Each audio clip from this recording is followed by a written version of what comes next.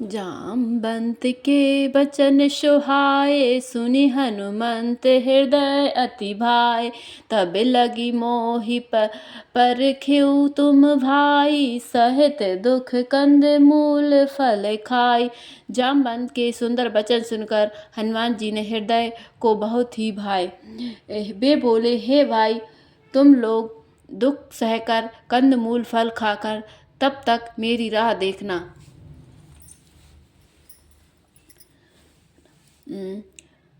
जब लगी आबो सीतहि देखी, होय काज मोहि हरस विशेषी। एह कही नाई सभिन कहु माथा, चले हर्षि ही धरि रघुनाथा।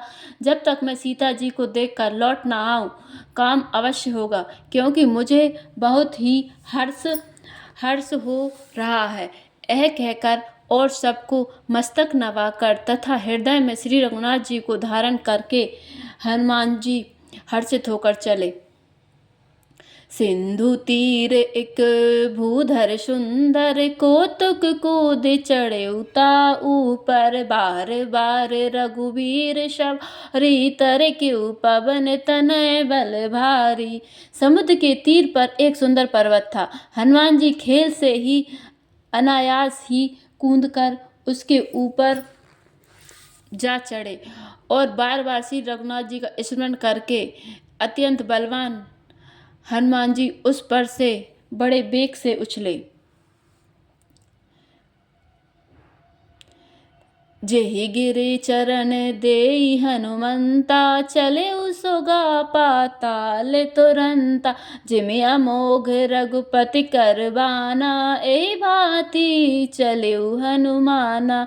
जब पर्वत पर हनुमान जी पैर रखकर चले वह तुरंत ही पाताल में घुस गया। जैसे श्री रघुनाथ जी का अमोघ बाण चलता है, उसी तरह हनुमान जी चले। जल निधि रघुपति दूत बिचारी, ते मैना के होई श्रम हारी। समुद्र ने उन्हें श्री रघुनाथ जी का दूत समझकर मैनाक पर्वत से कहा कि हे मैनाक, तू इनकी थकावट दूर करने वाला हो, अर्थात अपने ऊपर इन्हें विश्राम दे। हनुमान तेहि परशा, कर पुनि कीन प्रणाम रामा। राम काजु कीन्हे बिनु, मोहि कहाँ विश्राम। जय जय सिया राम, श्री सीता राम। जय पवन को हनुमान हरि की जय हो।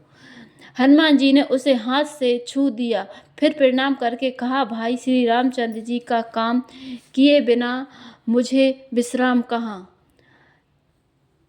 जात पवन सुत देवन देखा, जान कहूँ बल बुद्धि विशेष। सुरसा नाम अहिन के माता, पठहिन ही आई कही तेहि बाता। देवताओं ने पवन पुत्र हनुमान जी को जाते हुए देखा। उनकी विशेष बल बुद्धि को जानने के लिए उन्होंने सुरसा नामक सांपों की माता को भेजा।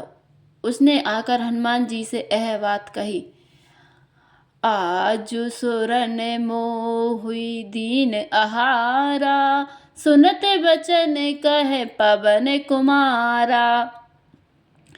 राम काजु करे फिर मैं आबो, सीता कई सुधि फिर वही सुनाबो।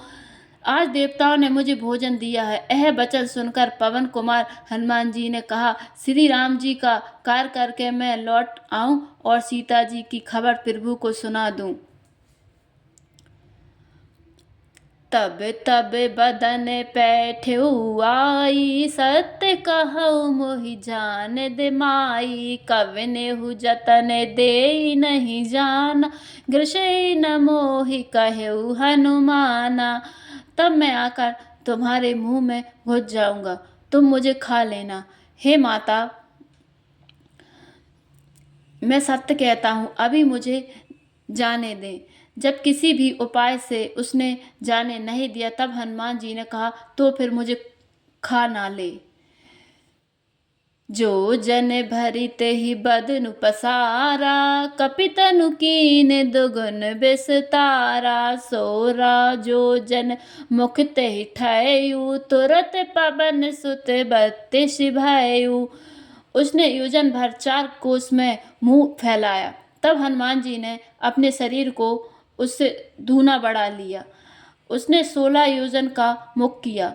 हनुमान जी तुरंत ही 32 योजन के हो गए। जस जस सुरसा बदनु बढ़ावा, तासु दून कपि रूप दिखावा। सत जो जन तेहि आनन कीना, अति लघु रूप पवन सुत लीना। जैसे जैसे सुरसा मुख का विस्तार बढ़ाती थी, हनुमान जी उसका दूना रूप दिखलाते थे। उसने 100 योजन 400 कोस का मुख किया। तब हनुमान जी ने बहुत ही छोटा रूप धारण कर लिया। बदन पहिठी पुनि बाहिर आवा, मांगा बिदात ही सिरुनावा। मोहि सुरन जेहि लागी पठावा, बुद्धि बल मरमु तोर मैं पावा।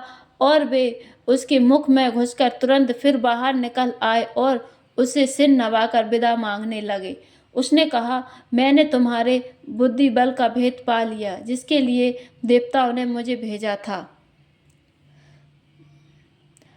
राम काजु सब करहूँ, तुम्हें बल बुद्धि निधान। आशीष दे गई सो हर्षि चलेउ हनुमान। मंगल भवन अमंगल हारी, दिर्वासु दशरथ अजर बिहारी। मंगल भवन अमंगल हारी, दिर्वासु दशरथ अजर बिहारी। जय जय श्री राम श्री सीताराम। तब श्री रामचंद्र जी का सर्व कार्य करेंगे, क्योंकि तुम बल बुद्धि के भंडार हो। यह आशीर्वाद देकर वह चली गई। तब हनुमान जी हर्षित होकर चले। निशिचर एक सिंधु महु रहहि, करि माया नभ के खग गई। जीव जंतु जे गगन उड़ाही, चल बिलोकित तिनके परछाई।